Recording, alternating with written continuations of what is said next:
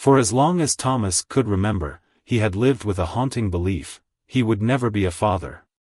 The doctors had told him years ago that he was sterile, a condition that left him with no hope of passing on his family name. His wealth, his business empire, his legacy, none of it would continue through his own blood. But Thomas had accepted it. He buried the thought, focusing instead on his work, his achievements, and the world he had built for himself. But nothing in his vast empire could prepare him for the shock that was about to come. One afternoon, as he scrolled through the usual stream of news reports in his office, a strange headline caught his eye: 3 identical children found, all claimed to be Thomas Reynolds' offspring. He stared at the headline in disbelief, a knot forming in his stomach. The article detailed a bizarre and improbable story: 3 children, all under the age of 10, had been found living across different states. They were unrelated by blood, yet each child shared a strikingly familiar trait, an uncanny resemblance to Thomas himself. The same eyes. The same smile. The same nose. And, most shockingly, the same blood type. Thomas's heart raced as he clicked on the article. It described how the children had been discovered in separate foster homes, each unaware of the others. But what shocked the authorities even more was the striking resemblance to a billionaire none of them had ever met, Thomas Reynolds. It was a ridiculous idea. Impossible. He must have been reading it wrong. But something tugged at him, a feeling he couldn't shake. Could it be? Was it possible? The article continued, mentioning a private investigator who had been hired by a mysterious source to find the truth. The investigator had tracked down the children, piecing together a connection that led straight to Thomas. But there was no way. It couldn't be. The doctors had told him he was sterile. He shook his head, dismissing it as some wild conspiracy. But the question lingered. What if? Unable to resist, Thomas called his personal assistant. "Get me the investigator," he ordered, his voice steady but his hands trembling. Now. He leaned back in his chair, the weight of his own disbelief settling on his chest. How could this be true? How could he have children? How could he have children just like him? As the phone rang, Thomas couldn't help but wonder, what would it mean for his life, for his legacy, if it was true? Thomas couldn't shake the thought of those 3 children, each one a perfect mirror of his own face, his own blood. He had to know more, even if it felt absurd. How could something like this be true? The very idea unsettled him, but it also sparked something deeper, something he had long buried. The private investigator, a sharp and meticulous woman named Rachel, arrived at his office the next day. She wasn't one to waste time with pleasantries, and as soon as she sat down, she wasted no words in explaining what she had discovered. "Mr. Reynolds, it's as complicated as it sounds, but it's real. These children, all under 10, have no idea they share the same biological father. They're scattered across the country, and they each carry a piece of your genetic fingerprint, quite literally." Thomas absorbed her words, his mind racing. His thoughts were scattered, trying to make sense of something that felt like it was ripped straight from a bad movie. "Why didn't I know about them?" he asked, his voice barely above a whisper. Rachel flipped open a folder, revealing a series of photos, birth certificates, and documents. "We've traced the children back to different locations. 2 of them were put into foster care after their mothers died in accidents, while the 3rd was left in the care of an aunt who has since disappeared. The strange thing, though," she paused and looked at Thomas, as if searching for a reaction, "is that all of them were born around the same time, not far apart from each other, and their mothers had a connection to you." The word struck Thomas like a blow. "A connection?" he repeated, his confusion mounting. Rachel nodded. "It seems the mothers all worked for you, in some capacity, years ago. They were women who had brief but close interactions with you. But, none of them ever told you they were pregnant with your children." Thomas's mind reeled. Women who worked for him?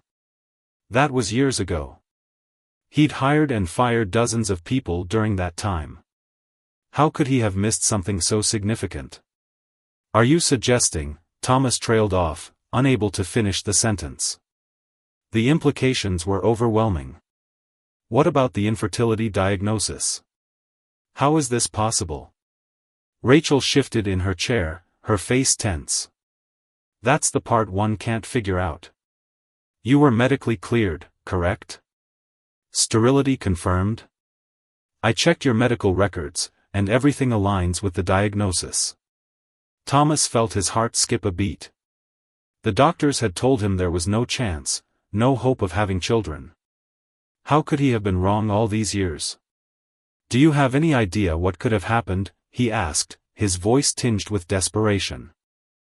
Rachel leaned forward, her eyes narrowing. I think there's more to this than meets the eye. It's not just about the children. There's something in your past, something hidden, that might explain how this happened. We need to dig deeper into your history, your medical files, the women who were involved. Someone must know something. Thomas sat back in his chair, suddenly feeling a heavy weight on his chest. He had worked so hard to build everything, his wealth, his name, his reputation, but this was a new challenge. A mystery he never imagined he would face. Where do we start? He asked, the resolve in his voice steady but shaken. Rachel's response was simple: we start by finding the truth. Every last bit of it. And so, their search began. But as Thomas soon realized, every step they took toward the truth only opened up more questions. As the layers of his past were peeled back, Thomas couldn't help but wonder, what kind of secret had been hidden from him all these years? And more pressing, who was keeping it from him? Every clue led to more confusion, and the deeper he delved, the more questions arose. But there was one thing Thomas knew for sure: the truth was out there. And once he uncovered it, nothing in his life would ever be the same again. Days turned into weeks, and the search for answers consumed Thomas's every waking moment. The more he uncovered, the more convoluted the situation seemed. What had begun as a shocking headline was quickly spiraling into something far more complex and, frankly, terrifying. Rachel's investigation had led her to track down the women involved, but many of them had disappeared or vanished from public records. The few that remained spoke in fragmented whispers, hesitant to reveal what they knew. However, there were still clues hidden in the cracks of time, and Thomas couldn't help but follow every lead, every phone call, every meeting, every document.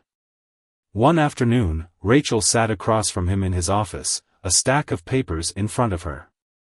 "I've found something," she said, her voice low.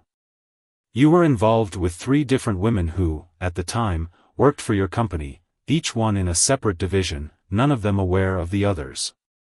They all claim to have had brief affairs with you. But here's the thing." Thomas leaned forward, his heart racing. "What is it?" Rachel pushed a folder toward him, opening it to reveal an old file, yellowed with age. "One of these women was under a unique medical program while working for you. She had trouble conceiving, was told she couldn't have children. But right before she left the company, she had a sudden, unexplainable pregnancy." Thomas's eyes widened. Could this be the key? Was this a part of something bigger than he could have imagined? The other 2 women, Rachel continued, had similar experiences. They each had sudden pregnancies after being told they couldn't conceive. And the strange part, 2 of the women were treated by the same doctor, who apparently had been experimenting with new treatments for infertility. Thomas froze. His mind couldn't process the implications. A doctor. Treatments. It felt as though he had just stepped into a shadowy world of medical experiments, something he could never have imagined in his wildest dreams. "That doesn't make sense," Thomas muttered, shaking his head. "Why wouldn't I know about this? How could something like this happen without me knowing?" Rachel's voice was grim. "I think someone deliberately kept you in the dark. There's something far deeper happening here, Thomas. I don't think it's just about infertility. I think it's about control, manipulation, maybe even something more sinister." The words sent a shiver down his spine. But there was no denying that this was all connected: the infertility treatments, the mysterious pregnancies, the connection between the women, and now, the children who bore his exact features. "What do we do now?" Thomas asked, his voice trembling with a mix of anger and fear. Rachel stared at the file in front of her, her expression tense. "We need to find out who's been orchestrating this. Who set all this in motion? And why?" Thomas sat back in his chair, the weight of the realization pressing on him. This wasn't just about finding children he never knew existed. This was about unraveling a conspiracy that could shatter everything he had built. And then, in the stillness of the room, the truth began to sink in. What if this was a deliberate act? What if someone had known all along that he would never know about these children, that he would never be able to connect the dots? Suddenly, Thomas wasn't just chasing answers. He was hunting for the truth, about his own past, about the women who had crossed his path, and about the dark forces that may have manipulated his life for their own gain. And with every step he took, the danger grew. But Thomas had no choice. He had to know the truth. He had to uncover the connections that linked him to these children. He had to find out who had been pulling the strings. And most of all, he had to protect what was his, before it was too late. The search continued. The stakes were higher than ever before. And as the puzzle pieces began to fit together, Thomas realized that the real mystery was only just beginning. The deeper Thomas delved into the mystery, the more questions and complications arose. Each revelation led to another, more complex layer that he had to unravel. His past was filled with moments he had long forgotten, faces he hadn't thought of in years, and decisions made with little understanding of their lasting consequences. Rachel had uncovered a lead that connected one of the women to a former colleague, a man who had been involved in the same medical program the women had been a part of. This man, Dr. Alan Reed, had worked for Thomas at the height of his wealth and influence, but he had disappeared without a trace after a series of controversial medical treatments. His sudden departure had raised suspicions at the time, but no one had dared to question the sudden silence that surrounded him. Thomas and Rachel tracked down Dr. Reed's last known address, an isolated cabin outside the city, hidden from prying eyes. The journey was long, and as the car bumped along the dirt road toward the cabin, Thomas's heart began to race. He could feel the weight of the unknown pressing down on him. "What do you think we'll find?" Thomas asked, his voice tinged with both fear and anticipation. Rachel glanced at him, her eyes steady. "I'm not sure. But if Reed is the key to all of this, we need to confront him. We need to understand what he did and why." The cabin stood in eerie silence as they arrived. Overgrown ivy climbed the weathered walls, and the windows were dark, lifeless. Thomas felt a chill run down his spine as he knocked on the door, the sound echoing in the stillness. No response. Rachel reached into her bag and pulled out a set of tools. "Let's see what's inside," she said, her voice calm but determined. With a click, the door creaked open, revealing a dusty, dimly lit interior. The smell of mildew and decay filled the air, but Thomas barely noticed. His focus was entirely on the man who had disappeared from his life so long ago. Had Dr. Reed known about the pregnancies? Had he orchestrated the entire situation? The cabin was sparsely furnished, with only a few chairs and an old, creaky table. But on the walls were strange symbols and diagrams, medical papers strewn across the floor. As they sifted through the documents, one thing became abundantly clear: Dr. Reed had been conducting unauthorized experiments, including treatments for infertility, using cutting-edge, and highly controversial, methods. "What is all this?" Thomas asked, picking up one of the papers. It was a series of notes, discussing a form of genetic manipulation that could potentially bypass infertility, even for those who had been diagnosed as sterile. Rachel stared at the papers in disbelief. This is beyond unethical, she said. This is genetic engineering, Thomas. These treatments were experimental, but they could have worked. They could have created children. Thomas finished the thought, the realization hitting him like a punch to the gut. But at what cost? Just then, a noise from the back of the cabin interrupted their conversation. Both Thomas and Rachel froze, eyes narrowing as they listened. It was the sound of footsteps, slow and deliberate, coming toward them. A figure appeared in the doorway, silhouetted against the dim light of the cabin. Dr. Alan Reed. Thomas Reynolds, he said, his voice calm, almost eerie in its composure. I've been expecting you. Thomas's heart skipped a beat. The man who had been at the center of this entire web was standing right in front of him. Reed stepped into the cabin, his eyes glinting with a mixture of recognition and something darker. You want answers, don't you? Well, I can tell you everything. But be warned, Thomas, the truth is not something you'll want to hear. Thomas's anger flared. You've been hiding this from me. You've been manipulating my life, my future, my legacy. Reed's lips curled into a faint smile. You don't understand, do you? This wasn't about you. This was about giving those children a chance. A chance to exist when they would have otherwise been denied. You were just the vessel. The donor. The key to something far bigger. The room seemed to close in around Thomas as he struggled to comprehend Reed's words. This wasn't just about his children.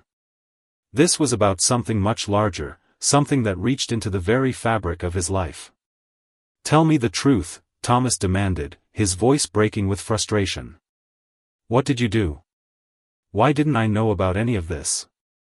Reed sighed, his expression softening. Because you wouldn't have understood. You were too focused on your empire, your wealth. But now, the truth is inescapable. You're a father, Thomas. You have 3 children who are just like you. And whether you accept it or not, they are a part of your legacy, more than anything else you've built. The words hung in the air, and for the first time, Thomas felt the full weight of the situation. His legacy, his wealth, his business, none of it had prepared him for this truth. These children, who had no idea who he was, were now irrevocably tied to him.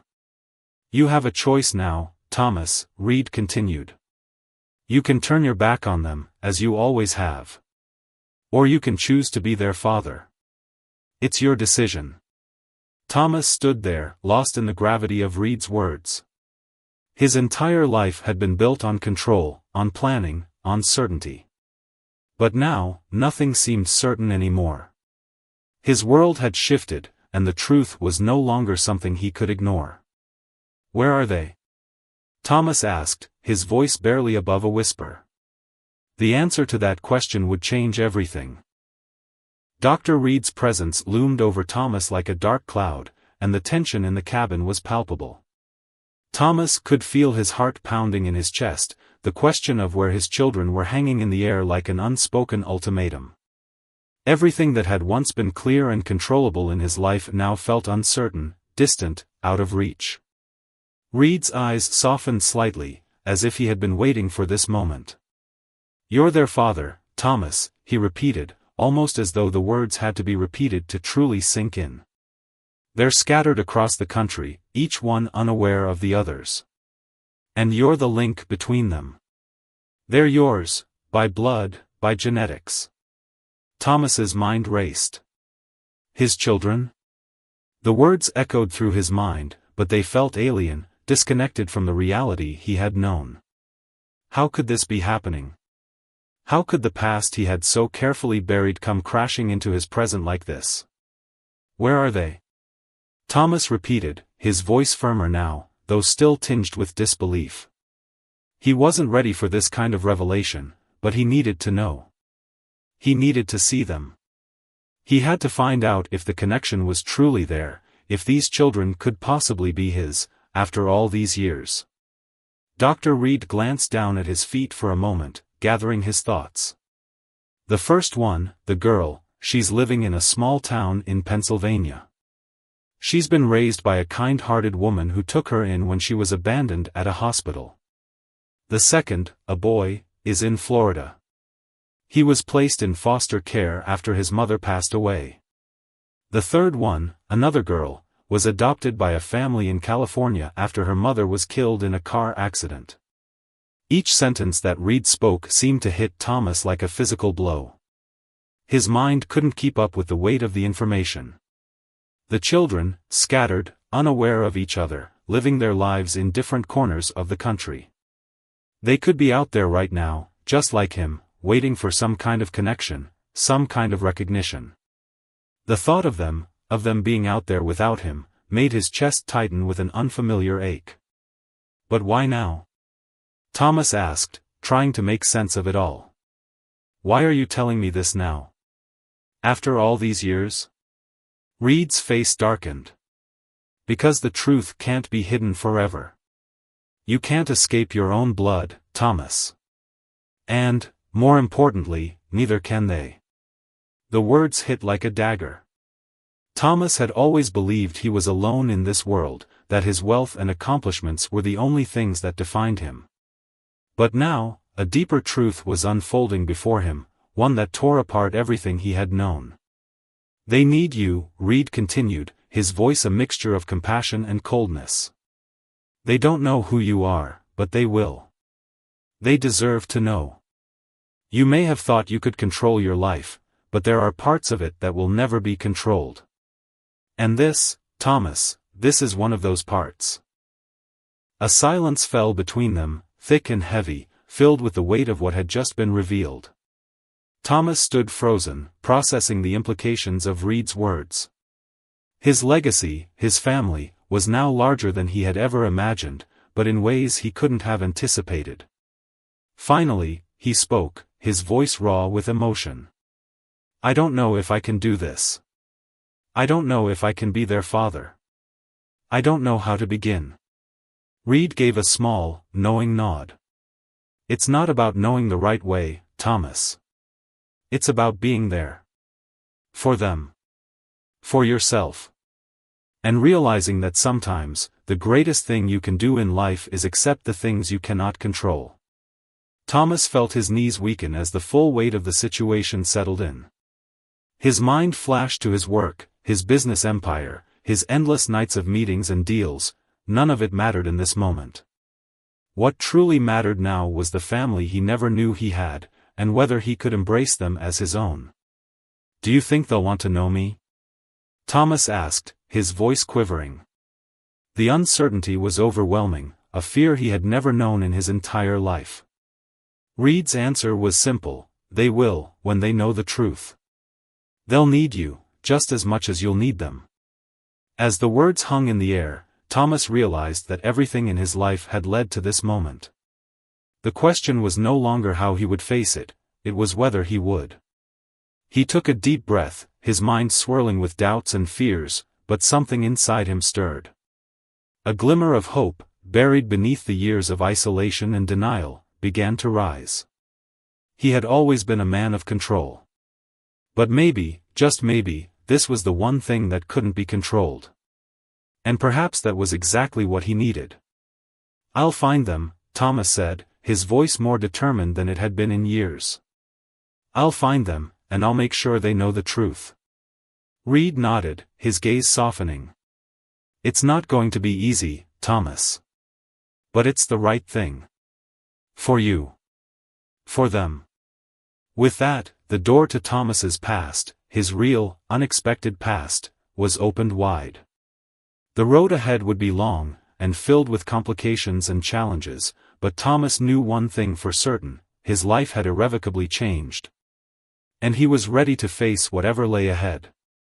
Now, the real journey was just beginning. The days following Thomas's discovery were a whirlwind. His mind raced with 1,000 questions, but they all paled in comparison to the one overriding thought, how do I begin?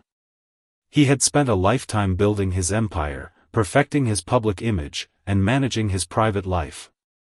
But nothing had prepared him for the responsibility, and the immense emotional weight, of being a father to children he had never known existed. The first step was finding them. Thomas traveled to each of the towns Reed had mentioned, following the clues, meeting social workers, and piecing together fragmented stories. It was a strange feeling, knowing that these children, these strangers, carried part of him within them, yet still remained so distant, so unknown. The girl in Pennsylvania, the one with the wild curls and piercing green eyes, she was quiet, withdrawn, living with a woman who had raised her as her own. When Thomas met her, she was hesitant, unsure of this stranger who claimed to be her father. But her eyes, the same eyes he saw in the mirror every morning, were unmistakable. The boy in Florida had spent most of his young life in foster care, shifting from one home to another, never finding a place where he truly belonged. He was skeptical at first, unwilling to trust the man who suddenly appeared in his life, claiming to be someone he had never known. But there was something in his gaze, a deep sadness that reminded Thomas of the lonely boy he had once been. The last girl, the one in California, was living with a family who had adopted her after her mother's tragic death. She was fiery and strong-willed, much like the woman she had been raised to believe was her mother. When Thomas met her, she didn't speak much, but her expressions told him everything he needed to know. She was frightened, confused, but also curious about him, curious about the man who said he was her father. The meetings were awkward at first. Words fell short of explaining the bond they shared. But the more time they spent together, the more the walls between them began to crumble. Slowly, the children began to trust Thomas, and he began to understand them in ways he never thought possible. They were pieces of him, his blood, his legacy, but more importantly, they were individuals, each with their own lives, their own experiences. Over time, Thomas learned that fatherhood wasn't about control. It wasn't about managing every detail of their lives, ensuring they followed a perfect path. It was about being present. It was about listening, about supporting them as they learned who he was, and as he learned who they were. It was about understanding that the bond they shared didn't need to be explained, it just existed. The past few months had been the most challenging of Thomas's life. Every step was filled with doubt, fear, and uncertainty. But every step had also been filled with moments of connection, moments that made him realize that the love he felt for these children, though new, was real and unshakable. As he sat in the park with the three of them, watching them play together, laughing, joking, and sharing a moment of normalcy, Thomas understood something profound. Family wasn't just about blood or genetics. It was about love. It was about the bond you create with those you choose to care for, those you choose to protect. And in that moment, Thomas Reynolds knew he had found something far more valuable than any business deal, any financial success. He had found a purpose that was bigger than himself. He had found his children. And they had found him. The years that followed weren't easy, but they were worth it. Thomas never stopped learning. He learned to be patient, to listen, to be vulnerable. He learned that family could be created in ways he hadn't understood before. And most importantly, he learned that it's never too late to change. To embrace the unexpected. To find redemption, even in the most unlikely places. As he watched his children grow, his heart swelled with pride and gratitude. They were no longer just part of his legacy, they had become his life, his joy, his reason for being. In the end, Thomas learned that sometimes the most important things in life can't be controlled, but they can be loved. And love, he now understood, was the greatest legacy of all.